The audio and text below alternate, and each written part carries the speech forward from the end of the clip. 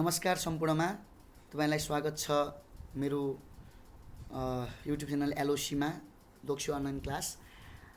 आज म 2.3मा रहेको शाखा अधिकृतको द्वितीय पत्र अन्तर्गत 2.3मा रहेको नेपालको वर्तमान संविधान प्रेजेन्ट कन्स्टिट्युसन अफ नेपालको 2.3.1मा रहेको मूलभूत विशेषता, संविधानका मूलभूत विशेषता, कार्यपालिका, व्यवस्थापिका र न्यायपालिका बारे चर्चा गर्न गइरहेको छु।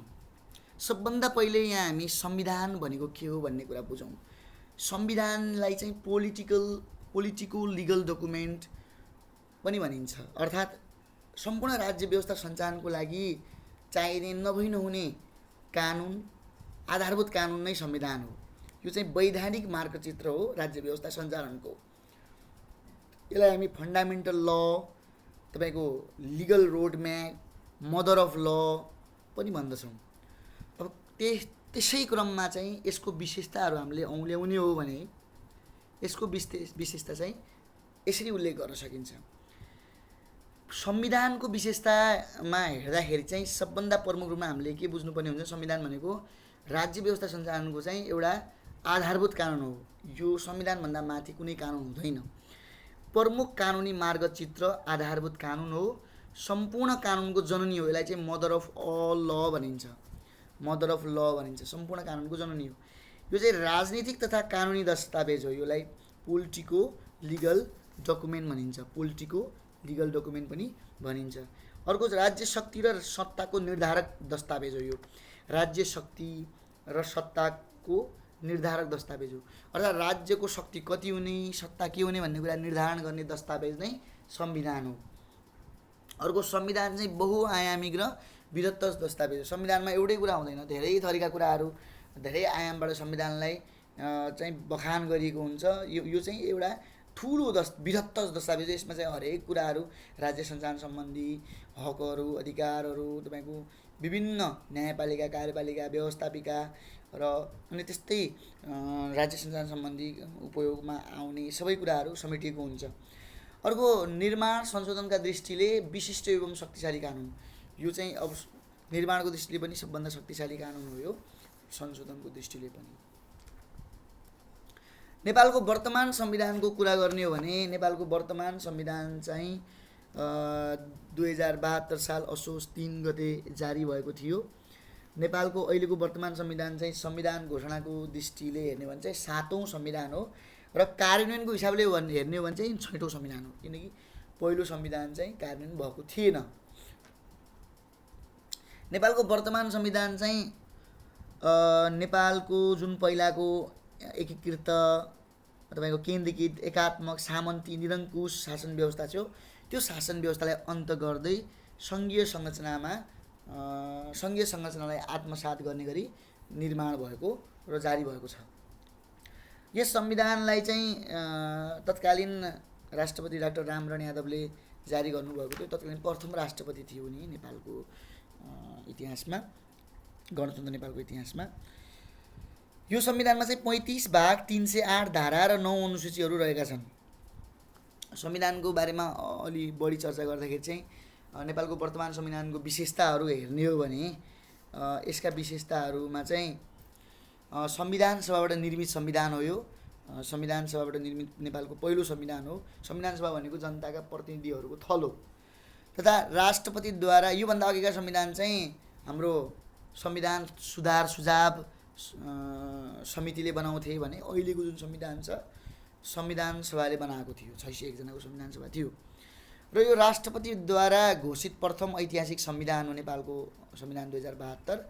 अर्को नेपालको संविधान 2072 चाहिँ समाजवाद उन्मुख नेपाल राज्यको परिकल्पना गर्ने संविधान हो। यसले चाहिँ समाजवाद उन्मुख नेपाल राज्य हुनुपर्छ भनेर परिकल्पना गरेको छ संविधानले। यो चाहिँ संविधानको तपाईँको प्रस्तावनामै जाने भने हामी कुरा देख्न सक्छौँ। धारा 4मा पनि छ यसबारे कुरा। अर्को चाहिँ राष्ट्रिय हित सम्बन्धी पनि व्यवस्था गरिएको छ यसमा। धारा 5मा जाने भने राष्ट्रिय हित सम्बन्धी व्यवस्था गरिएको छ। त्यसै गरी लैङ्गिक मैत्री, नयाँ एवं उदार नागरिकता नीति लिएको छ। तपाईँको नागरिकतामा चाहिँ अलि उदार तरिकाले नागरिकता सम्बन्धी व्यवस्था गरिएको छ। भाग 2मा चाहिँ वंशीय आधार, लैङ्गिक पहिचान देखाउने, गैर आवासीय आदि नयाँ व्यवस्थाहरू गरिएको छ नागरिकतामा। त्यसै गरी मौलिक हकमा पनि व्यापकता छ, अर्थात् मौलिक हक बढेर चाहिँ 31वटा भएको छन्। नयाँ कहिल्यै नसुनेका मौलिक हकहरू पनि आएका छन्। आधुनिक र नवीनताको त्रिपक्षीय संयोजन गरिएको छ। तपाईँको व्यापकता छ, आधुनिकता छ, नयाँपन पनि छ। मौलिक हक चाहिँ नेपालको संविधानको धारा 16 देखि धारा 46 सम्म 31वटा रहेका छन्। त्यसै गरी निर्देशक सिद्धान्त हेर्ने हो भने चाहिँ निर्देशक सिद्धान्त चाहिँ धारा 53 मा रहेको छ। निर्देशक सिद्धान्त नीति र दायित्व वार्षिक प्रतिवेदन राष्ट्रपतिलाई बुझाउनु पर्ने सबै प्रावधान चाहिँ धारा 53 मा रहेको छ। त्यसै गरी नेपालको संविधान 2072 नेपाललाई चाहिँ सङ्घ, प्रदेश र स्थानीय तह गरी 3 तहमा विभाजन गरेको छ। यो चाहिँ धारा 56 मा यसलाई उल्लेख गरिएको छ। सङ्घ, प्रदेश र स्थानीय तह गरी 3 तहको सङ्घीय राज्य संरचना रहने भनेर भनिएको छ। त्यसै गरी चाहिँ धारा 57 र 58 मा राज्य शक्तिको बाँडफाँड गरिएको छ। तिनै तहमा राज्य शक्तिको बाँडफाँड एवं अवशिष्ट अधिकार सङ्घबाट मात्र प्रयोग हुने। तिनै तहमा चाहिँ राज्य शक्तिको बाँडफाँड गरिएको थियो, तर बचेको अधिकार जुन छ नि त्यो सङ्घमा जाने हो भनेर भनिएको छ। अवशिष्ट अधिकार सङ्घमा जाने भनेर धारा 58 मा भनिएको छ। धारा 57 र 58 मा चाहिँ राज्य शक्तिको बाँडफाँड गरिएको छ। त्यसै गरी राष्ट्रपति र उपराष्ट्रपतिको व्यवस्था चाहिँ फरक लिङ्गको हुनु पर्यो। राष्ट्रपति र उपराष्ट्रपति भनेर भनिएको छ। फरक लिङ्ग भए पनि हुन्छ वा समुदायको राष्ट्रपति मानौँ यदि ब्राह्मणमा क्षेत्रीय समुदायको छ भने उपराष्ट्रपति चाहिँ तपाईँको आदिवासी जनजाति समूहबाट वा चाहिँ त्यस्तो किसिमको तरिकाले हुनु पर्यो, वा कि त राष्ट्रपति पुरुष छ भने उपराष्ट्रपति महिला हुनु पर्यो। यो धारा 17 मा यसबारे स्पष्ट रूपमा भनिएको छ। त्यसै गरी शासकीय स्वरूप चाहिँ सङ्घीय, लोकतान्त्रिक, गणतन्त्रात्मक र संसदीय हुने व्यवस्था गरिएको छ। धारा 74 मा चाहिँ नेपालको शासकीय स्वरूप चाहिँ सङ्घीय प्रकारको, तपाईँको लोकतान्त्रिक, गणतन्त्रात्मक भनेको राष्ट्रपति हुने भन्नुभयो, संसदीय भनेको संसदीय व्यवस्था अगाडिको हुने भनेर भनिएको छ धारा 74 मा। त्यसै गरी धारा 76 मा हेर्ने भने चाहिँ 25 सदस्यीय मन्त्रीमण्डल हुने भनेर भनिएको छ। एटलिस्ट 25 सदस्य हुनु पर्यो भन्ने हो। र समावेशी सङ्घीय मन्त्रीमण्डल चाहिँ समावेशी सङ्घीय मन्त्रीमण्डल चाहिँ समावेशी र 25 सदस्य हुने भनेर भनिएको छ। प्रदेश मन्त्रीमण्डल चाहिँ 20 सदस्य भनेर भनिएको थियो। यो धारा 76 मा यसबारे भनिएको छ। त्यसै गरी धारा 91 मा जाने हो भने चाहिँ प्रतिनिधि सभाका सभामुख र उपसभामुख मध्ये 1 जना महिला हुनुपर्ने भनेर भनेको छ। धारा 91 मा चाहिँ प्रतिनिधि सभाका सभामुख र उपसभामुखबारे व्यवस्था गरेको छ। त्यसै धारा 92 मा जाने हो भने राष्ट्रिय सभाका अध्यक्ष र उपाध्यक्षबारे 1 जना महिला हुनुपर्ने भनिएको छ। त्यसै गरी धारा 100 र 188 मा जाने हो भने 2 वर्षसम्म अविश्वासको प्रस्ताव निषेध गरी स्थिर सरकारको अवधारणा ल्याइएको छ। अब 2 वर्षसम्म चाहिँ अविश्वासको प्रस्ताव ल्याउन नपाउने भन्ने व्यवस्थाबाट नेपालले कम्तीमा पनि 2 वर्षसम्म नेपालमा चाहिँ सरकार स्थिर रहन्छ भन्ने यो व्यवस्था पनि धारा 100 र 188 मा रहेको छ। त्यसै गरी राज्य व्यवस्था सङ्घात्मक एवं न्याय प्रणाली एकात्मक रहेको छ। नेपालमा न्याय प्रणाली चाहिँ एकात्मक नै छ, राज्य व्यवस्था सङ्घात्मक भए पनि। यो चाहिँ भाग 11 मा भनिएको छ। त्यसै गरी नेपाल सरकारको प्रदेशको अध्यक्ष चाहिँ प्रदेश प्रमुख हुने भनेर भनिएको छ। नेपाल सरकारको प्रदेशको अध्यक्ष चाहिँ तपाईँको प्रदेश प्रमुख हुने भनेर धारा 163 मा भनिएको छ। त्यसै गरी प्रदेश सभा चाहिँ 20 मा नबढ्ने गरी प्रदेश मन्त्री परिषद गठन हुने भनेर भनेको छ। प्रदेश मन्त्री परिषद चाहिँ 20 सदस्य हुने भनेर भनेको छ धारा 168 मा। त्यसै गरी गाउँपालिका, नगरपालिका, जिल्ला सभा, स्थानीय तह हुने भनेको छ। स्थानीय तह अन्तर्गत गाउँपालिका, नगरपालिकालाई जिल्ला सभा हुने भनेर भनेको छ। यो चाहिँ भाग 17, 18 र धारा 56 को 4 सँग यी कुराहरू सम्बन्धित छन्। अर्को चाहिँ धारा 232 मा के भनेको छ भने 232 याद गर्नुहोला, सहकारिता, सहअस्तित्व, समन्वयको सिद्धान्तमा 3 तह बीचको अन्तर सम्बन्ध रहने भनेर भनेको छ। जो सङ्घ, प्रदेश र स्थानीय तह छन् ती 3 तह बीचको सम्बन्ध चाहिँ सहकारिता, सहअस्तित्व र समन्वयको सिद्धान्तमा आधारित भएर हुने भनेर भनेको छ। त्यसै गरी संवैधानिक निकायको व्यवस्थामा चाहिँ नेपालले अलि व्यापकता अपनाएको छ। संविधानमा चाहिँ संवैधानिक निकायको सङ्ख्यालाई 13 पुर्याइएको छ। संवैधानिक निकायको सङ्ख्यामा बढोत्तरी गरेको भाग 21 देखि भाग 27 सम्म चाहिँ संवैधानिक निकायहरूको व्यवस्था गरेको छ। मुस्लिम आयोग, तपाईँको मधेसी आयोग, महिला आयोग चाहिँ विभिन्न जस्ता आयोगहरू गठन गरिएको छ। 13 वटा आयोगहरू छन्। थप आयोगहरू आदिवासी जनजाति आयोग छ, त्यसै गरी प्रदेशमा समेत सङ्कटकालीन घोषणा राष्ट्रपतिबाट मात्र हुने भनेको छ। प्रदेशमा यदि सङ्कटकालको घोषणा गर्ने हो भने राष्ट्रपतिले नै गर्न पाउने भन्ने व्यवस्था छ धारा 273मा। त्यसै गरी असंशोधनीय एवं आधारभूत संरचना सम्बन्धी व्यवस्था छ। संविधानका 4वटा कुराहरू चाहिँ असंशोधनीय छन्, त्यो बाहेक सबै कुराहरू संशोधनीय छन् भनेर भनिएको छ। असंशोधनीय कुराहरूको बारेमा चाहिँ धारा 274 को उपधारा 1 मा व्यवस्था गरिएको छ। अब लागौँ, यो चाहिँ मूलभूत विशेषताहरू भयो संविधानको। अब कार्यपालिका सम्बन्धी व्यवस्थातिर लागौँ। कार्यपालिका सम्बन्धी व्यवस्थामा चाहिँ सबभन्दा पहिले चाहिँ कार्यपालिका भनेको के हो भन्नेतर्फ लागौँ। कार्यपालिकाको अर्थ र परिचयतर्फ लागौँ। कार्यपालिका भनेको चाहिँ सामान्यतया कार्यपालिकालाई सरकार भन्ने बुझिन्छ, मन्त्री परिषद सरकार भन्ने बुझिन्छ। व्यवस्थापिकाले बनाएको कानुनलाई चाहिँ कार्यान्वयन गर्ने काम चाहिँ कार्यपालिकाको हुन्छ। र शक्ति पृथक, यहाँ चाहिँ परिभाषामा हामीले शक्ति पृथकीकरण भन्ने शब्दको प्रयोग गर्छौँ। शक्ति पृथकीकरणको सिद्धान्त अनुरूप कानुनको कार्यान्वयन र मुलुकको शासन सञ्चालन गर्ने राज्यको आधारभूत अङ्ग कार्यपालिका हो भनेर तपाईँ लेख्न सक्नुहुन्छ। के लेख्नु पऱ्यो हामीले? शक्ति पृथकीकरणको सिद्धान्तले के भन्छ भने कानुन बनाउने काम व्यवस्थापिकाको हो, कानुन कार्यान्वयन गर्ने काम कार्यपालिकाको हो र कानुनको न्याय निरूपण गर्ने काम चाहिँ न्यायपालिकाको हो भनेर शक्ति पृथकीकरणको सिद्धान्तले चाहिँ शक्तिलाई पृथकीकरण गरिदिएको छ, पावरलाई सेपरेट गरिदिएको छ सबै तहमा, तिनै तहमा। त्यही भएर शक्ति पृथकीकरणको सिद्धान्त अनुरूप कानुनको कार्यान्वयन र मुलुकको शासन सञ्चालन गर्ने राज्यको आधारभूत अङ्ग कार्यपालिका हो। अब संघीयतालाई अवलम्बन गरिएको नेपालको परिप्रेक्ष्यमा हेर्ने हो भने चाहिँ नेपालमा 3 तहको कार्यपालिका छ। एउटा सङ्घीय कार्यपालिका, प्रादेशिक कार्यपालिका, स्थानीय कार्यपालिका गरी 3 तहको कार्यपालिकाको व्यवस्था रहेको छ। संविधानको भाग 7 धारा 76 को सङ्घीय मन्त्री परिषद, संविधानकै भाग 13 को धारा 168 को प्रदेश मन्त्री परिषद र संविधानको भाग 13 धारा 215 को गाउँ कार्यपालिका र धारा 216 को नगर कार्यपालिकाले नै नेपालको वर्तमान संविधान बमोजिमका कार्यपालिका अर्थात् कार्यकारिणी हुन् भनेर हामी भन्न सक्छौँ।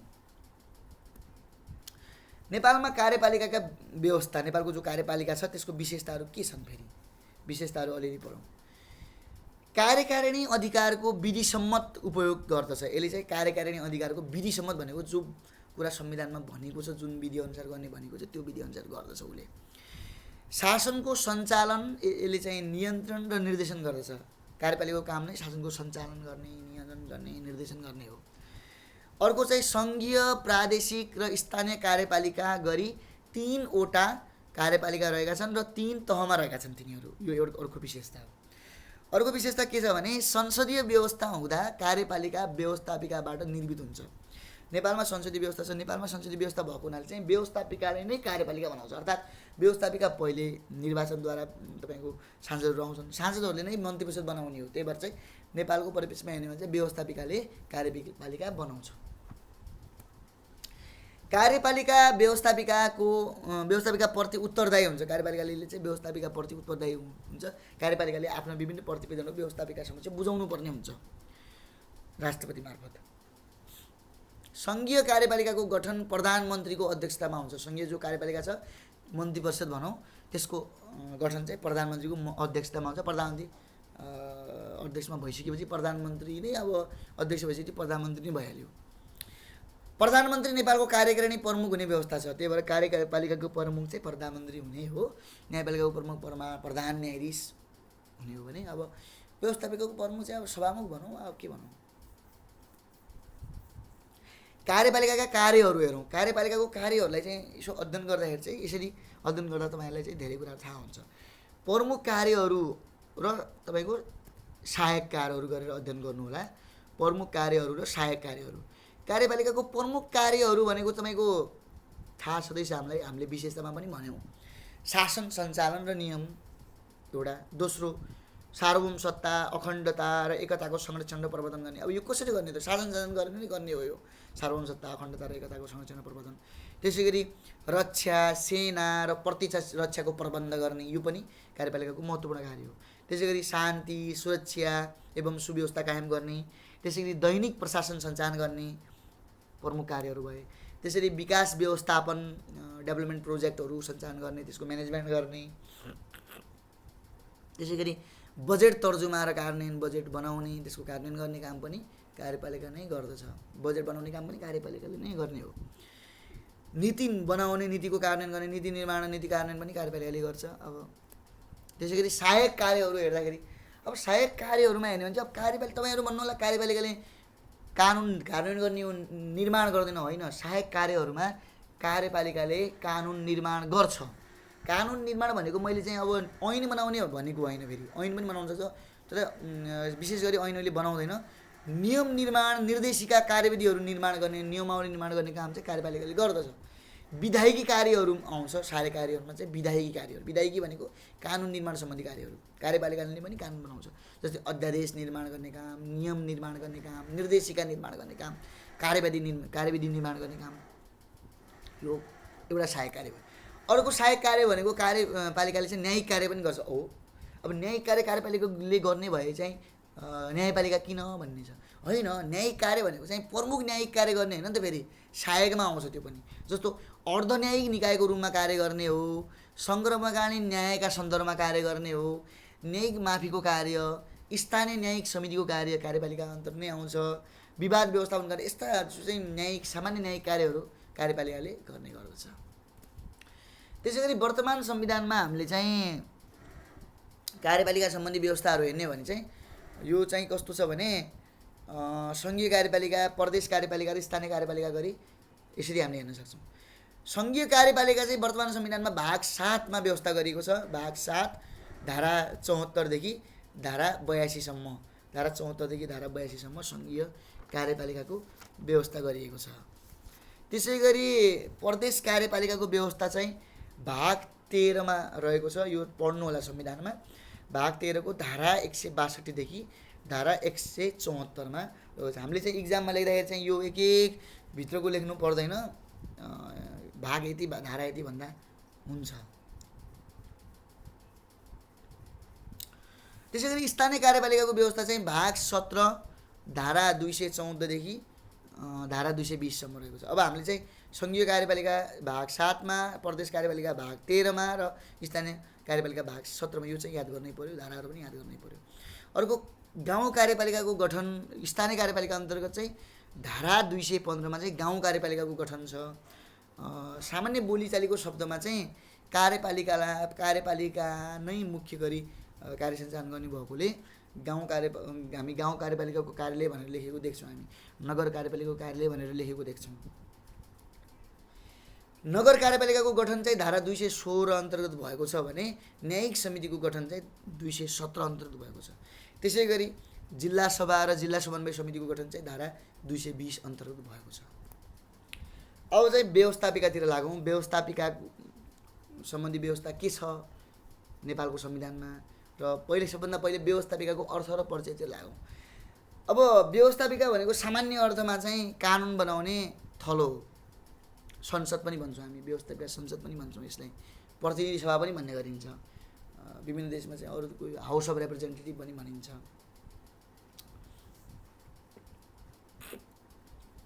यसलाई चाहिँ सिनेट पनि भनिन्छ। अब व्यवस्थापिकालाई चाहिँ हामी शक्ति पृथकीकरणको सिद्धान्त अनुसार परिभाषित गर्ने भने यसले के भन्छ भने शक्ति पृथकीकरणको सिद्धान्त अनुरूप वस्तुतः यसले कानुनको निर्माण गर्दछ भने यसले चाहिँ कानुन निर्माण गर्ने काम पाउँछ। व्यवस्थापिका सबै राज्य व्यवस्थामा राज्यका अनिवार्य र आधारभूत अङ्गका रूपमा रहन्छ। जुनसुकै राज्य व्यवस्था होस् सबै देशमा चाहिँ व्यवस्थापिका हुन्छ। व्यवस्थापिकाले कानुन निर्माण गर्दछ। नेपालको सन्दर्भमा संविधान त संहितालाई अवलम्बन गरेको परिप्रेक्ष्यमा तीनवटा विषय व्यवस्थापिका छन्। एउटा चाहिँ सङ्घीय व्यवस्थापिका, एउटा चाहिँ प्रादेशिक व्यवस्थापिका र यस्तै स्थानीय व्यवस्थापिका गरी 3 तहको व्यवस्थापिकाको प्रावधान रहेको छ।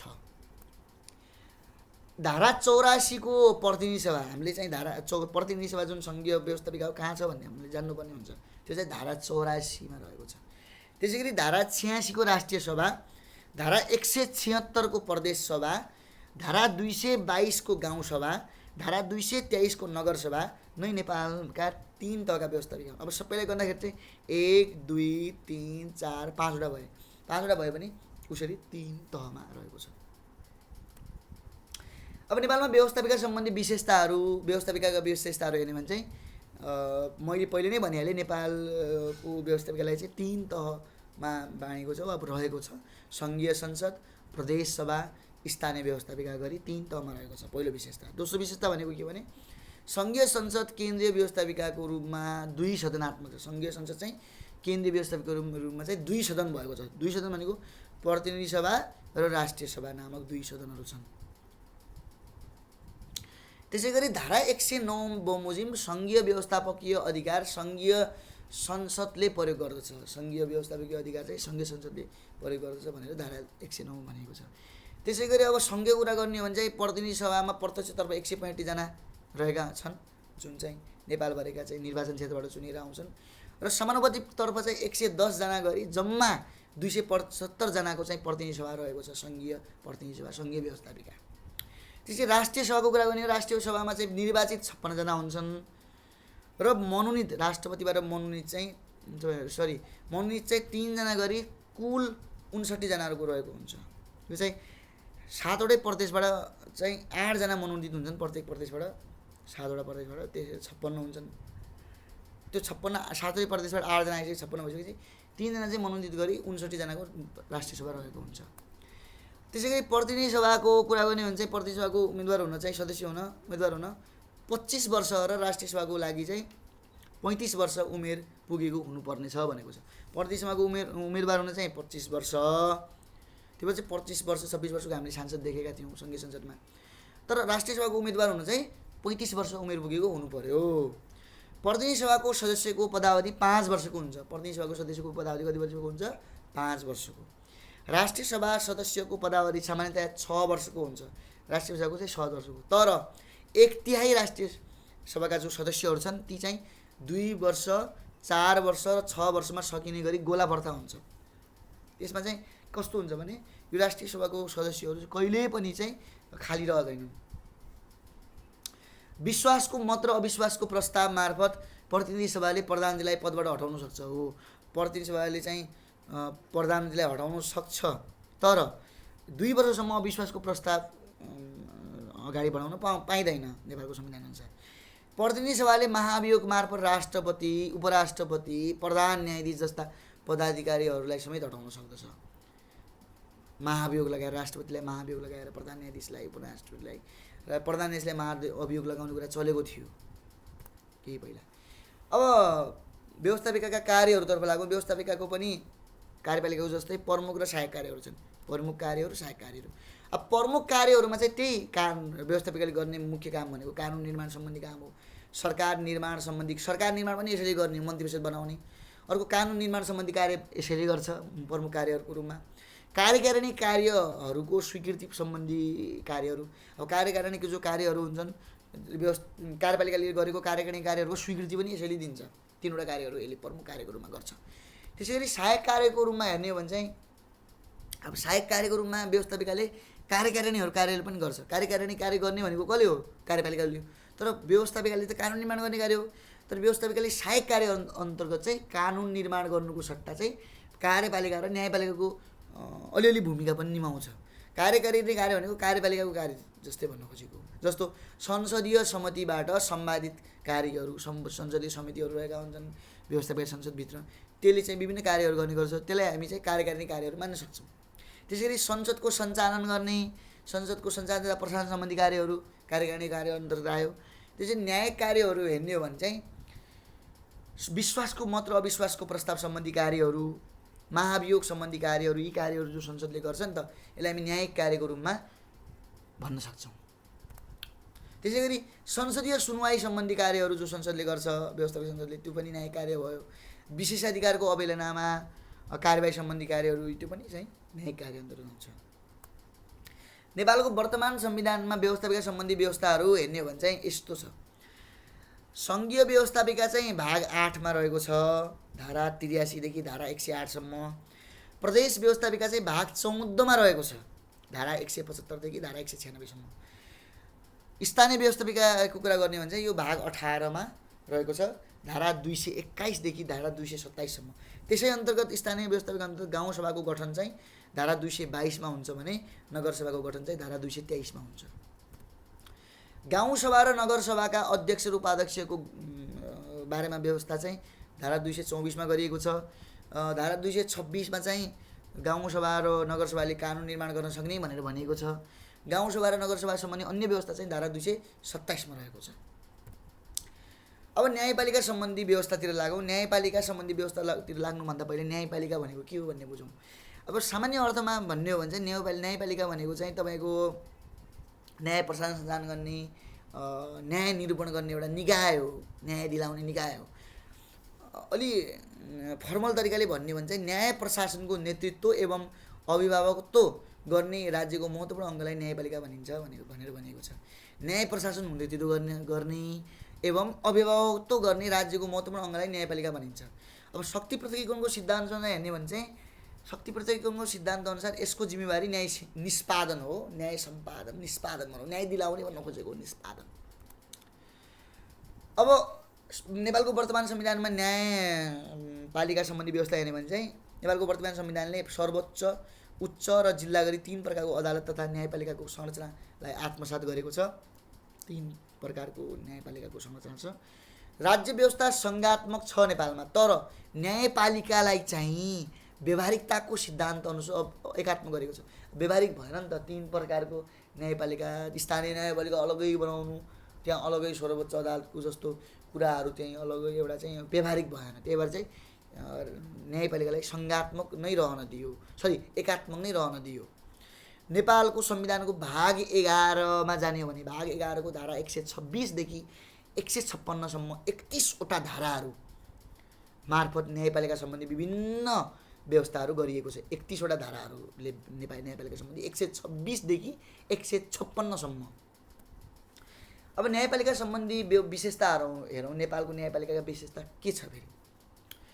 नेपालको न्यायपालिकाको मुख्य विशेषता भनेको अब यो चाहिँ अब प्रस्तावनामा पनि भनेको कुरा हो, स्वतन्त्र, सक्षम, निष्पक्ष न्यायपालिकाको सिद्धान्तलाई अवलम्बन गरिएको छ भनेर भनेको छ।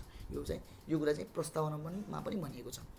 स्वतन्त्र, सक्षम र निष्पक्ष न्यायपालिकाको सिद्धान्तलाई अवलम्बन गरिएको छ। दोस्रो विशेषता भनेको न्याय सम्बन्धी अधिकार अदालतबाट प्रयोग हुने भनेर भनेको छ। न्याय सम्बन्धी जति पनि अधिकार छन् त्यो अदालतले प्रयोग गर्न सक्छ।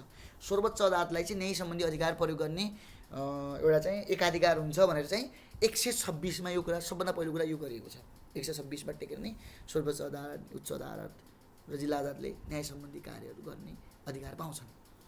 त्यसरी मुद्दा मामिलाको रोहमा भनेको सिलसिलामा अदालतले दिएको आदेश वा निर्णयको सबैले पालना गर्नुपर्ने भनेर भनिएको छ। यो व्यवस्था चाहिँ धारा 126 को उपधारा 2 मा भनेको छ। मुद्दा मामिलाको सिद्धान्तमा अदालतले दिएको आदेश वा निर्णय सबैले पालना गर्नुपर्छ भनेर भनेको छ।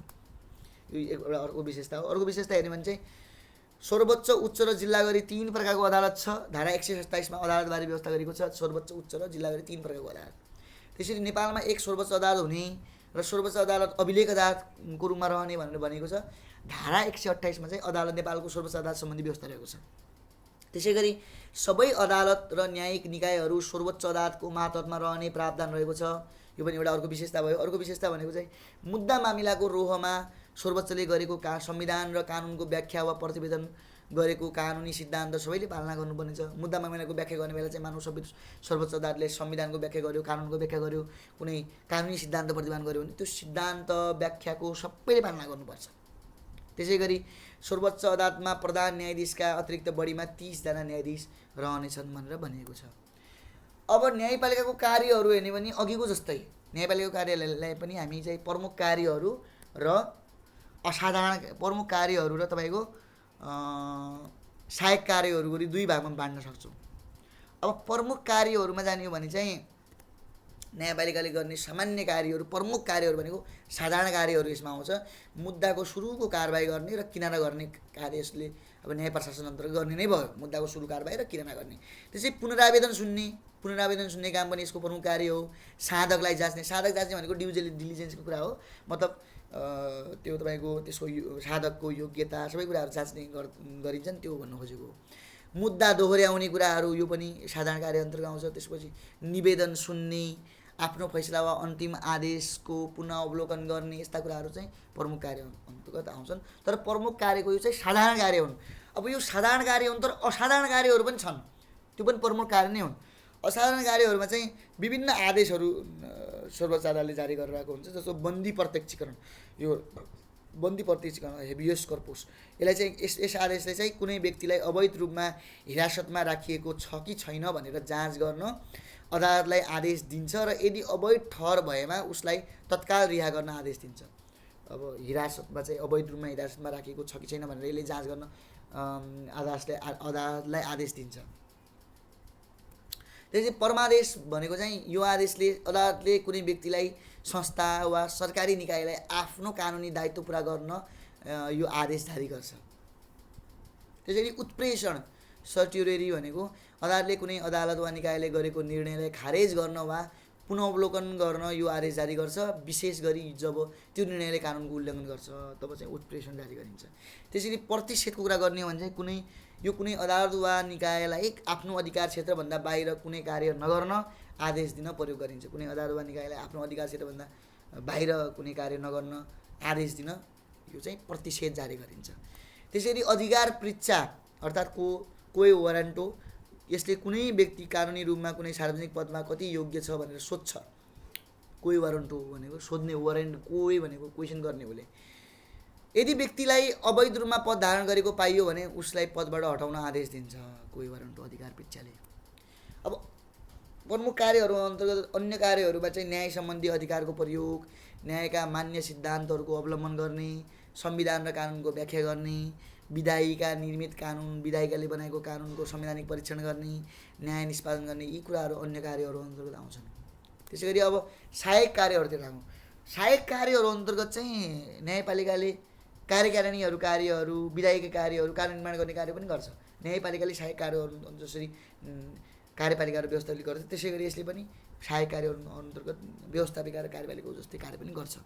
जस्तो सहायक कार्य अन्तर्गत कार्यकारिणी कार्यहरू हेर्ने हो भने चाहिँ न्याय प्रशासन सञ्चालन गर्ने यो कार्यकारिणीका कार्य भइहाल्यो। कार्यकारिणी कार्यमा नियन्त्रण र सहयोग गर्ने कुराहरू। त्यसरी कानुन निर्माण सम्बन्धी विधायिक कार्य हेर्ने भने चाहिँ न्यायिक सिद्धान्त तथा नजिरको प्रतिपादन गर्छ। यो हामीलाई थाहा छँदैछ, कानुनको व्याख्या गर्छ। न्यायिक सिद्धान्त तथा नजिरहरू मार्फत कानुन निर्माण गर्छ। नजिरहरू प्रतिपादन गर्ने, न्यायिक सिद्धान्त नजिर मार्फत कानुन निर्माण गर्ने, यो चाहिँ विधायिक कार्य हो। अब त्यसै गरी नेपालको वर्तमान संविधानमा न्यायपालिका सम्बन्धी व्यवस्थाहरू हेरौँ। नेपालको वर्तमान संविधानमा न्यायपालिका सम्बन्धी व्यवस्था चाहिँ भाग 11 मा रहेको छ। भाग 11 मात्र छ। भाग 11 को धारा 126 देखि धारा 156 सम्म 31 वटा धाराबाट चाहिँ न्यायपालिका सम्बन्धी व्यवस्था गरिएको छ। 31 वटा धारामा जम्मै व्यवस्था छ। धारा 126 देखि धारा 156 सम्म। धारा 126 ले के भन्छ भने न्याय सम्बन्धी अधिकार अदालतबाट प्रयोग हुने भन्छ। त्यसै धारा 127 मा जाने हो भने नेपालमा सर्वोच्च अदालत, उच्च अदालत, जिल्ला अदालत रहने भन्छ। धारा 128 मा जाने हो भने चाहिँ नेपालमा एक सर्वोच्च अदालत हुने, जुन अभिलेख अदालत हुने, संविधान र कानुनको व्याख्या गर्ने अन्तिम अधिकार सर्वोच्च अदालतले हुने भनेर भन्छ। धारा 129 मा जाने हो भने चाहिँ नेपालको प्रधान न्यायाधीश तथा सर्वोच्च अदालतका न्यायाधीशको नियुक्ति र योग्यता सम्बन्धी व्यवस्था छ। धारा 130 मा जाने हो भने प्रधान न्यायाधीश तथा न्यायाधीशको सेवाका शर्त र सुविधा सम्बन्धी व्यवस्था छ। धारा 131 मा जाने हो भने प्रधान न्यायाधीश तथा न्यायाधीशको पद रिक्त कसरी हुन्छ भन्ने व्यवस्था छ। धारा 132 मा जाने हो भने प्रधान न्यायाधीश तथा न्यायाधीशले अन्य कुनै काम लगाउन नहुने भनेर भनिएको छ, किनकि त्यसले चाहिँ अब निष्पक्षता कायम गराउँछ। धारा 133 मा जाने हो भने सर्वोच्च अदालतको अधिकार क्षेत्रको बारेमा, जुरिस्डिक्सनको बारेमा भनिएको छ धारा 133 मा। त्यसरी धारा 134 मा जाने हो भने मुद्दा सार्न सकिने भनेर भनिएको छ। धारा 135 मा जाने हो भने सेवानिवृत्त सर्वोच्चको प्रधान र अन्य न्यायाधीशले बहस र परिवी गर्न नमाउने भनेर भनिएको छ। धारा 133 मा बन्देज लगाइएको छ 135 मा। त्यसै धारा 136 मा हेर्ने भने चाहिँ न्याय प्रशासनलाई प्रभावकारी बनाउने अन्तिम जिम्मेवारी प्रधान न्यायाधीशको हुने भनेर भनिएको छ धारा 136 मा। धारा 137 मा जाने हो भने संवैधानिक इजलासको गठनको व्यवस्था छ। धारा 138 मा जाने हो भने सर्वोच्च अदालत, न्याय परिषद र न्याय सेवा आयोगले वार्षिक प्रतिवेदन राष्ट्रपति समक्ष बुझाउनु पर्ने भनेर भनिएको छ। धारा 139 मा जाने हो भने चाहिँ प्रत्येक प्रदेशमा एक उच्च अदालत रहने र जसमा एक मुख्य न्यायाधीश रहने भनेर भनेको छ। धारा 140 मा जाने हो भने उच्च अदालतको मुख्य न्यायाधीश वा अन्य न्यायाधीशको नियुक्ति र योग्यताबारे कुरा गरिएको छ धारा 140 मा। धारा 141 मा जाने हो भने मुख्य न्यायाधीश वा अन्य न्यायाधीशको सेवाको शर्त र सुविधाबारे कुरा गरिएको छ। त्यसैले धारा 142 मा जाने हो भने मुख्य न्यायाधीश वा न्यायाधीशको पद रिक्त कसरी हुन्छ त्यो बारे भनिएको छ। धारा 143 मा जाने हो भने मुख्य न्यायाधीश वा अन्य न्यायाधीशलाई अन्य काममा लगाउन नहुने तथा सरवाह सम्बन्धी व्यवस्था गरिएको छ। धारा 145 मा जाने हो भने धारा 44 मा जाने हो भने चाहिँ उच्च अदालतको अधिकार क्षेत्र, जसरी सर्वोच्च अदालतको अधिकार क्षेत्र थियो नि, यसमा उच्च अदालतको अधिकार क्षेत्रबारे भनिएको छ। धारा 125 मा जाने हो भने मुद्दा सार्न सक्ने भनेर भनिएको छ। धारा 146मा जाने भने उच्च अदालतको न्यायाधीश भई सेवानिवृत्त भएको न्यायाधीशले उच्च र मातहतका अदालत बाहेक बहस गर्न नपाउने बाहेक बहस गर्न पाउने भनेर भनिएको छ। त्यसैगरी धारा 147मा जाने भने उच्च अदालत र मातहतका अदालतको न्याय प्रशासन प्रभावकारी बनाउने जिम्मेवारी मुख्य न्यायाधीशको हुने भनेर भनेको छ। धारा 148मा जाने भने प्रत्येक जिल्लामा एक जिल्ला अदालत हुने भनेर भनेको छ धारा 148मा। त्यसैगरी जिल्ला अदालतको 49मा चाहिँ जिल्ला अदालतको न्यायाधीशको नियुक्ति योग्यता पारिश्रमिक र सेवाका अन्य शर्त तोकिएको छ। जिल्ला न्यायाधीशलाई अन्य कुनै काममा लगाउन नहुने र सर्वसम्बन्धी व्यवस्था पनि गरिएको छ धारा 150मा। धारा 151मा चाहिँ जिल्ला अदालतको अधिकार क्षेत्र बारे भनिएको छ धारा 151मा। धारा 152मा चाहिँ सङ्घीय कानुन बमोजिम विशिष्टीकृत अधिकार अदालत न्यायिक निकाय वा न्यायाधिकरणको व्यवस्था गरिएको छ। धारा 153मा चाहिँ प्रधान न्यायाधीशको अध्यक्षतामा चाहिँ 5 सदस्यीय एक न्याय परिषद गठन सम्बन्धी व्यवस्था रहेको छ। धारा 154मा चाहिँ प्रधान न्यायाधीशको अध्यक्षतामा 5 सदस्यीय एक न्याय सेवा आयोग गठन गरिने भनेर भनिएको छ। धारा 155 चाहिँ 55मा चाहिँ सङ्घीय न्याय सेवाका कर्मचारीहरूको पारिश्रमिक सुविधा तथा सेवा शर्त सङ्घीय कानुन बमोजिम हुने भनेर भनिएको छ। र धारा 156मा चाहिँ प्रदेश न्याय सेवा आयोग सम्बन्धी व्यवस्था सङ्घीय कानुन बमोजिम हुने भनेर भनेको छ। यसरी चाहिँ 31वटा धाराहरूमा चाहिँ धारा 126 देखि 156सम्म नेपालको न्यायपालिकाको व्यवस्था गरेको छ संविधानमा। त्यसैगरी वर्तमान संविधानमा शक्ति पृथकीकरण तथा नियन्त्रण र सन्तुलनको व्यवस्था र अभ्यासबारे हेरौँ है। शक्ति पृथकीकरण भनेको के हो भन्ने कुरा बुझौँ। शक्ति पृथकीकरणलाई अङ्ग्रेजीमा सेपरेसन अफ पावर भनिन्छ। राज्यका 3 अङ्गहरूमा शक्ति तथा अधिकार बाँड्ने काम नै शक्ति पृथकीकरण हो। यो तँगर यो तँगर यो तँगर भनेर 3 अङ्गलाई चाहिँ आफ्नो काम दिने। व्यवस्थापिकालाई चाहिँ कानुन बनाउने काम दिएको हुन्छ मुख्यतया, न्यायपालिकालाई चाहिँ कानुन तपाईँको न्याय सम्पादन गर्ने काम दिएको हुन्छ भने कार्यपालिकालाई कानुन कार्यान्वयन गर्ने काम दिएको हुन्छ, प्रशासन सम्हाल्ने काम दिएको हुन्छ। यसरी चाहिँ राज्यका 3 अङ्गहरूमा शक्ति तथा अधिकारको विभाजन गर्ने यस्तो परिभाषा चाहिँ सजिलो परिभाषा लेख्नु होला। राज्यका 3 अङ्गहरूमा चाहिँ शक्ति तथा अधिकारको विभाजन गर्ने सिद्धान्त नै शक्ति पृथकीकरणको सिद्धान्त हो। यो किन गरिन्छ भने राज्यलाई निरङ्कुश हुनबाट बचाउन, राज्यका अङ्गलाई निरङ्कुश हुनबाट बचाई नागरिक हितको रक्षा गर्न यस सिद्धान्तको विशेष महत्त्व हुन्छ। वर्तमान संविधानमा शक्ति पृथकीकरणको अवस्था निम्नानुसार छ भनेर भनेको छ। अब वर्तमान संविधानमा शक्ति पृथकीकरणको हेर्ने हो भने व्यवस्था हेर्ने हो भने चाहिँ कार्यकारिणी अधिकार चाहिँ कार्यपालिकामा दिइएको छ, विधायिकी अधिकार चाहिँ व्यवस्थापिकामा दिइएको छ, न्यायिक अधिकार चाहिँ न्यायपालिकामा दिएको छ। जस्तै कार्यकारिणी अधिकार कार्यपालिकामा दिएको छ। जस्तै सङ्घीय कार्यपालिका भाग 7, प्रदेश कार्यपालिका भाग 13, स्थानीय कार्यपालिका भाग 17 गरी अलग अलग छुट्याइएको छ। त्यसै गरी सङ्घीय कार्यकारिणी अधिकार धारा 75 बमोजिम सङ्घीय प्रदेशमा हुने भनेको छ। प्रदेश कार्यकारिणी अधिकार धारा 162 बमोजिम प्रदेश मन्त्रीपरिषदमा हुने भनेको छ भने स्थानीय कार्यकारिणी अधिकार धारा 214 बमोजिम स्थानीय कार्यपालिकामा रहने भनेर भनेको छ। यसरी चाहिँ बाँडिएको छ। कार्यकारिणी अधिकार कार्यपालिकामा रहेको छ। विधायिकी अधिकार व्यवस्थापिकामा छ। जस्तो सङ्घीय व्यवस्थापिका भाग 8मा, प्रदेश व्यवस्थापिका भाग 14मा, स्थानीय व्यवस्थापिका भाग 18मा व्यवस्था गरेको छ। यसरी चाहिँ विधायिकी अधिकार व्यवस्थापिकालाई दिएको छ। न्यायिक अधिकार चाहिँ न्यायपालिकालाई दिएको छ। वर्तमान संविधानको भाग 11 को धारा 126 देखि 156सम्म न्यायपालिका सम्बन्धी व्यवस्था रहेको छ। धारा 127मा सर्वोच्च अदालत, उच्च अदालत र जिल्ला अदालत गरी 3 तहको अदालत र न्यायिक संरचना हुने भनेको छ भने धारा 126 बमोजिम न्याय सम्बन्धी अधिकार अदालतबाट प्रयोग हुने व्यवस्था गरिएको छ। यसरी चाहिँ शक्ति पृथकीकरणको सिद्धान्त अपनाइएको छ। अब नियन्त्रण र सन्तुलनको सिद्धान्त हेर्ने भने चाहिँ नियन्त्रण र सन्तुलन भनेको चाहिँ राज्यको एक अङ्गले मानव व्यवस्थापिकाले अर्को अङ्गलाई नियन्त्रण गरी सन्तुलित शासन कायम गर्ने सिद्धान्त नै नियन्त्रण र सन्तुलनको सिद्धान्त हो। जस्तो चाहिँ कार्यपालिका र व्यवस्थापिका बीच नियन्त्रण र सन्तुलन भइरहेको हुन्छ, व्यवस्थापिका र न्यायपालिका बीच पनि नियन्त्रण र सन्तुलन भइरहेको हुन्छ। राज्यको एक अङ्गले अर्को अङ्गलाई चाहिँ नियन्त्रण गरेर हुन्छ के। जस्तो तपाईँलाई थाहा छ नि, व्यवस्थापिकाले प्रधान न्यायाधीशलाई महाभियोग लगाउँछ। व्यवस्थापिकाले चाहिँ अहिले चाहिँ न्यायाधीशलाई के गर्यो त, प्रधान न्यायाधीशलाई महाभियोग लगाउनु भनेको त व्यवस्थापिकाले न्यायपालिकाले नियन्त्रण गर्नु हो कि होइन हो। त्यही भएर चाहिँ नियन्त्रण सन्तुलनको सिद्धान्त पनि चाहिन्छ, किनकि नत्र त नियन्त्रण सन्तुलनको सिद्धान्त नहुने भने त तिनीहरू चाहिँ के हुने भयो, स्वेच्छाचारी हुने भयो। राज्यको एक अङ्गले अर्को अङ्गलाई नियन्त्रण गरी सन्तुलित शासन कायम गर्ने सिद्धान्त नै नियन्त्रण र सन्तुलनको सिद्धान्त हो। यसले चाहिँ नियन्त्रण पनि हुन्छ, सन्तुलन कायम पनि हुन्छ। नियन्त्रण सन्तुलनको सिद्धान्त एउटामा आउँछ भने शक्ति प्रतिक्रमणको सिद्धान्त अलगमा आउँछ। शक्ति प्रतिक्रमणको सिद्धान्त चाहिँ मोन्टेस्क्यूले रचना गरेका, प्रतिपादन गरेका थिए।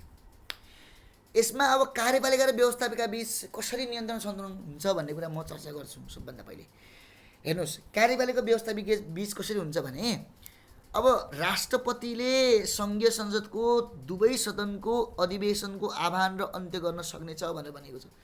अब राष्ट्रपतिले यो कुरा गर्छ भने चाहिँ व्यवस्थापिकालाई यसले के गर्यो, राष्ट्रपतिले कन्ट्रोल गर्यो, सन्तुलनमा ल्यायो। यो धारा 93 भनेको छ। त्यसैले राष्ट्रपतिले सङ्घीय संसदको दुवै सदनको बैठकलाई सम्बोधन गर्न सक्नेछ भनेर भनेको छ धारा 95 मा। त्यसै गरी प्रतिनिधि सभाको गठन नै प्रदेश सभाको गठन नै प्रतिनिधि सभाबाट हुन्छ भन्ने कुरा हो। यो कुरामा चाहिँ मुख्य छ। व्यवस्थापिकाले कार्यपालिका बनाउँछ यहाँ हेर, व्यवस्थापिकाले प्रतिनिधि सभाले मन्त्री परिषद भनेको कार्यपालिका बनाउँछ। यो चाहिँ धारा 76 मा भनेको छ। यसले के देखियो भने व्यवस्थापिकाले कार्यपालिकामाथि नियन्त्रण गरेको जस्तो देखियो। त्यसै गरी हेर्ने हो भने चाहिँ प्रधानमन्त्रीले प्रतिनिधि सभाबाट विश्वासको मत प्राप्त गर्नुपर्दछ हो। अब यो प्रधानमन्त्री भनेको कार्यपालिकाको प्रमुख हो। अब त्यसले चाहिँ अब व्यवस्थापिका वा प्रतिनिधि सभाबाट विश्वासको मत प्राप्त गर्नुपर्छ। अर्थात् यहाँनिर पनि चाहिँ के देखियो भने व्यवस्थापिकाले कार्यपालिकालाई नियन्त्रण गरेको देखियो, प्रधानमन्त्रीले नियन्त्रण गरेको देखियो। यो चाहिँ विश्वासको मत प्राप्त गर्दछ भन्ने कुरा चाहिँ धारा 76 मा रहेको छ। त्यसै गरी प्रधानमन्त्री उप प्रतिनिधि सभाले धारा 100 बमोजिम अविश्वासको प्रस्ताव तथा राष्ट्रपतिलाई धारा 101 बमोजिम महाभियोगको प्रस्ताव पारित गर्न सक्छ। अब व्यवस्थापिका धेरै शक्तिशाली छ। व्यवस्थापिकाले चाहिँ कार्यपालिकालाई चाहिँ धारा 100 बमोजिम अविश्वासको प्रस्ताव प्रधानमन्त्रीले लगाउन सक्छ। त्यसै गरी व्यवस्थापिकाले चाहिँ धारा 101 बमोजिम राष्ट्रपतिलाई महाभियोग लगाउन सक्छ। अब दुईमा व्यवस्थापिका र न्यायपालिका बीच नियन्त्रण सन्तुलन हेर्ने हो भने चाहिँ व्यवस्थापिकाले न्यायपालिकालाई कसरी नियन्त्रण गर्छ भन्ने कुरा यसमा आउँछ, वा न्यायपालिकाले व्यवस्थापिकालाई कसरी गर्छ भन्ने कुरा आउँछ। अब माथिको मैले एउटा कुरा छुट्याएँ है, एउटा एकमा अब कार्यपालिकाले व्यवस्थापिकालाई कसरी नियन्त्रण गर्छ भन्ने कुरा एउटा छुट्यो। व्यवस्थापिकाले कार्यपालिकालाई कसरी नियन्त्रण गर्छ भन्ने कुरा त आयो। अब कार्यपालिकाले व्यवस्थापिकालाई कसरी नियन्त्रण गर्छ भन्ने कुरामा चाहिँ बजेट भयो, अध्यादेश भयो, सङ्कटकालीन आदेश र सन्धि सम्झौताको निर्माण र पारितमा अन्तर्सम्बन्ध रहेको हो। तर बजेट पारित गर्ने बेला, तपाईँको अध्यादेश बनाउने बेला, सङ्कटकालीन आदेशको बेला, सन्धि सम्झौताको निर्माणको बेला चाहिँ दुईटैको अन्तर्सम्बन्ध रहेको हुन्छ। एकले अर्कालाई कन्ट्रोल गर्नुभन्दा पनि त्यस्तो रहेको हुन्छ। अब कुनै बेला चाहिँ हामी संसदको सदस्यहरूलाई चाहिँ विभिन्न उमा चाहिँ अब व्यवस्थापिकाको संसदको सदस्यहरू कार्यपालिकाले नियन्त्रण गर्न सक्छ, त्यो पनि आयो यसमा। अर्को दोस्रोमा व्यवस्थापिका र न्यायपालिका बीच हामीले सम्बन्ध हेर्ने भने चाहिँ नियन्त्रण सन्तुलनको अब व्यवस्थापिका र न्यायपालिका बीचमा के छ भने सर्वोच्चको प्रधान तथा अन्य न्यायाधीशलाई प्रतिनिधि सभाले महाभियोग लगाउन सक्नेछ भनेर भनिएको छ हो। यहाँनिर हामी के देख्न सक्छौँ भने व्यवस्थापिका हाबी भएको देख्न सक्छौँ। व्यवस्थापिकाले चाहिँ न्यायपालिकामा चाहिँ प्रधान न्यायाधीश र अन्य न्यायाधीशलाई महाभियोग लगाउन सक्छ। महाभियोग लगाउने कुरा चाहिँ धारा 101 बमोजिम छ। राष्ट्रपतिले महाभियोग होस् वा प्रधान न्यायाधीशले महाभियोग होस्। त्यसै गरी नेपालको कुनै पनि अदालतमा विचाराधीन मुद्दा वा न्यायाधीशको कर्तव्य पालनाको सिलसिलामा न्यायिक कार्यको सम्बन्धमा सङ्घीय संसदको कुनै पनि सदनमा छलफल गर्न पाइँदैन भनेर भनेको छ धारा 105 मा हो। यो चाहिँ यहाँ पनि व्यवस्थापिकाले अलि हाबी भएको देखियो न्यायपालिकामाथि, न्यायपालिकालाई नियन्त्रण गरेको देखियो। कुनै पनि अदालतमा विचाराधीन मुद्दा न्यायाधीशको कर्तव्य पालनाको शिक्षामा न्यायिक कार्यको सम्बन्धमा सङ्घीय संसदको कुनै पनि सदनमा छलफल गर्न पाइँदैन भनेर भनिएको छ। त्यसै गरी अर्को चाहिँ व्यवस्थापिकाबाट निर्मित कानुनको संवैधानिक परीक्षण न्यायपालिकाले गर्न सक्ने। यहाँनिर चाहिँ के देखियो भने न्यायपालिकाले व्यवस्थापिकालाई नियन्त्रण गरेको देखियो। व्यवस्थापिकाले बनाएको कानुन चाहिँ न्यायपालिका परीक्षण गर्नुपर्छ भन्ने कुरा चाहिँ रहेको छ। त्यही भएर चाहिँ यहाँनिर न्यायपालिकाले चाहिँ व्यवस्थापिकालाई नियन्त्रण गरेको जस्तो देखियो। व्यवस्थापिकाबाट निर्मित कानुनको संवैधानिक परीक्षण चाहिँ न्यायपालिकाले गर्न सक्ने भनेर भनिएको छ। त्यसै गरी चाहिँ सर्वोच्चको आदेश वा निर्देशन सबैले पालना गर्नुपर्ने हो। सर्वोच्च अदालत भनेको न्यायपालिका अन्तर्गत आउँछ। अब सर्वोच्चको आदेश चाहिँ सबैले पालना गर्नुपर्छ भन्ने बित्तिकै त व्यवस्थापिकाले पनि पालना गर्नु पर्यो। अब यहाँनिर चाहिँ न्यायपालिकाले चाहिँ व्यवस्थापिकालाई नियन्त्रण गरेको जस्तो देखियो। त्यसरी तेस्रोमा कार्यपालिका र न्यायपालिका बीचको नियन्त्रण सन्तुलन हेर्ने हो भने चाहिँ तपाईँको सर्वोच्चले वार्षिक प्रतिवेदन राष्ट्रपति समक्ष पेश गर्ने हो। सर्वोच्चले चाहिँ वार्षिक प्रतिवेदन चाहिँ राष्ट्रपति समक्ष पेश गर्दछ। यहाँनिर चाहिँ न्यायपालिकालाई चाहिँ कार्यपालिकाले नियन्त्रण गरेको जस्तो देखियो। यो चाहिँ हाम्रो धारा 138 मा छ। त्यसै गरी चाहिँ प्रधान न्यायाधीश र न्यायाधीशका नियुक्ति सिफारिस गर्ने संवैधानिक परिषदमा प्रधानमन्त्री अध्यक्ष हुने हो। अब जुन न्यायाधीश वा प्रधान न्यायाधीशको नियुक्तिको सिफारिस जुन संवैधानिक परिषदले गर्दछ, त्यो संवैधानिक परिषदमा चाहिँ प्रधानमन्त्री अध्यक्ष हुन्छन्। अर्थात् यहाँनिर चाहिँ प्रधानमन्त्री भनेको कार्यपालिकाको प्रमुख हो। अब यहाँनिर कार्यपालिकाले न्यायपालिकालाई नियन्त्रण गरेको जस्तो देखियो। न्यायपालिकालाई बनाउन वा प्रधान न्यायाधीश नियुक्ति गर्न चाहिँ संवैधानिक परिषदको अध्यक्ष नै प्रधानमन्त्री हुन्छ। त्यही भएर यहाँनिर चाहिँ कार्यपालिका हाबी भयो। अर्को चाहिँ प्रधान न्यायाधीश र अन्य 4 न्यायाधीश रहने संवैधानिक इजलासले सङ्घ प्रदेश र स्थानीय सरकारको क्षेत्राधिकारको विवादबारे सुरु कारबाही र किनारा गर्छ। यहाँनिर चाहिँ अब न्यायपालिका अलि बलियो देखियो। उसले त्यो तपाईँको सङ्घ प्रदेश स्थानीय तहको सरकारको जुन क्षेत्राधिकारको विवाद छ त्यसलाई चाहिँ त्यो बारे सुरु कारबाही र किनारा गर्छ।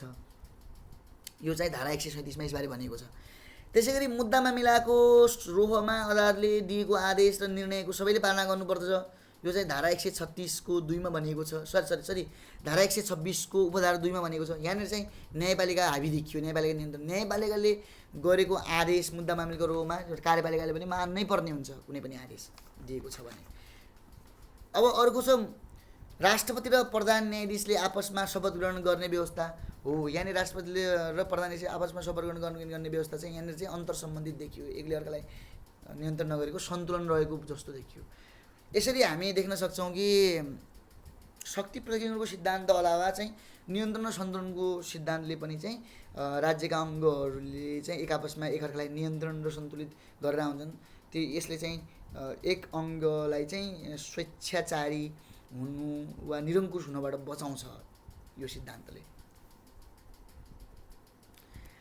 आजको लागि यति नै। अब म भोलि नयाँ टपिकमा चर्चा गर्नेछु। अहिलेसम्म धैर्यताका साथ सुनिदिनु भएकोमा धन्यवाद।